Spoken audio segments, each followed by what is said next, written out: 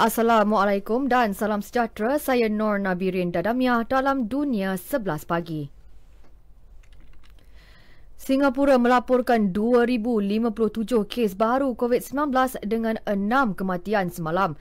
Ia hari kedua berturut-turut menyaksikan kemerosotan pada bilangan jangkitan baru.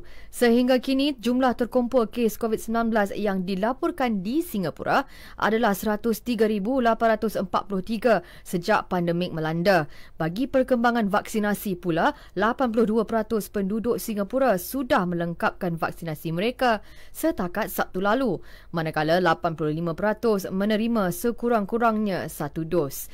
Menurut Kementerian Kesihatan, lebih 9.2 juta dos diberikan di bawah program vaksinasi negara, termasuk 279,787 suntikan dos ketiga. Sementara itu, Britain dijadual mengumumkan pakej bantuan berjumlah 580 juta euro sebagai sokongan terhadap golongan pekerja yang terkesan akibat wabak COVID-19. Pakej bantuan itu akan diumumkan oleh Menteri Kewangan Rishi Sunak hari ini. Ia antaranya menawarkan latihan berkemahiran kepada pekerja, terutama masyarakat luar bandar dan golongan muda, bagi membantu mereka terus bekerja dan menjalani kehidupan selepas pandemik, sekaligus memulihkan ekonomi negara secara keseluruhan. Presiden Palestin Mahmud Abbas menerima kunjungan delegasi Israel di Ramallah bagi membincangkan isu pendudukan haram di wilayah Palestin. Ini merupakan pertemuan kedua antara kedua-dua pihak dalam tempoh sebulan. Menurut agensi berita Palestin, delegasi Israel terdiri daripada Menteri Kesihatan Nitzan Horowitz, Menteri Kerjasama Wilayah Isawi Frege dan Wakil Kerajaan Michelle Rosen. Isu lain yang dibincangkan adalah berkaitan proses damai serta penyelesaian konflik selaras dengan resolusi antarabangsa. 8 terbunuh dalam keganasan membabitkan sekumpulan petani di daerah Lakhimpur Kheri, Uttar Pradesh, India. Ketua Polis Uttar Pradesh Mukul Goel berkata, mangsa yang maut adalah 4 petani, 3 peserta konvoi Parti Bharatiya Janata dan seorang pemandu berkenderaan. Keganasan tercetus ketika kumpulan petani berkenaan berkumpul untuk mengadakan demonstrasi bagi membantah kunjungan Menteri Dalam Negeri Ajay Mishra dan Timbalan Ketua Menteri Keshav Prasad Maurya ke daerah itu. Motif serangan masih disiasat. Di Iran, sekurang-kurangnya 6 terbunuh selepas taufan Shaheen membadai seberang laut negara itu. Demikian menurut Timbalan Speaker Ali Nigzad.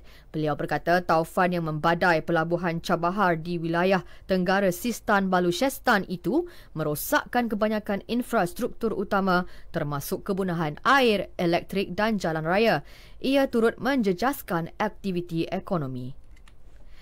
Sukan Kejohanan Badminton Piala Sudirman 2021 di Vantaa, Finland, China muncul juara selepas menewaskan Jepun 3-1 di pentas akhir, sekaligus merangkul piala buat kali kedua berturut-turut dan kali ke-12 secara keseluruhan. Sejak kejohanan berpasukan campuran itu diperkenalkan pada 1989, hanya 3 negara berjaya muncul juara dengan China 12 kali, Korea Selatan 4 kali, manakala Indonesia sekali.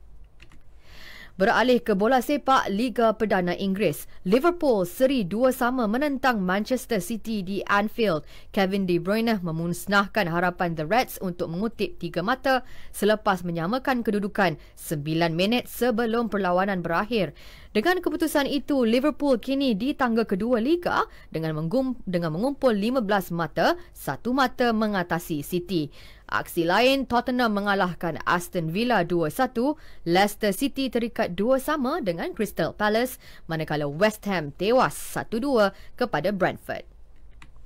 Saingan Ligue 1 pula menyaksikan rekod tanpa kalah Paris Saint-Germain PSG musim ini lebur selepas tewas 0-2 kepada Rennes di tempat lawan. Kekalahan itu sekaligus menamatkan rentak kemenangan sebanyak 8 kali berturut-turut. Sekian berita yang disunting oleh Nick Hafizul Baharudin dari Pusat Berita RTM. Assalamualaikum dan salam sejahtera.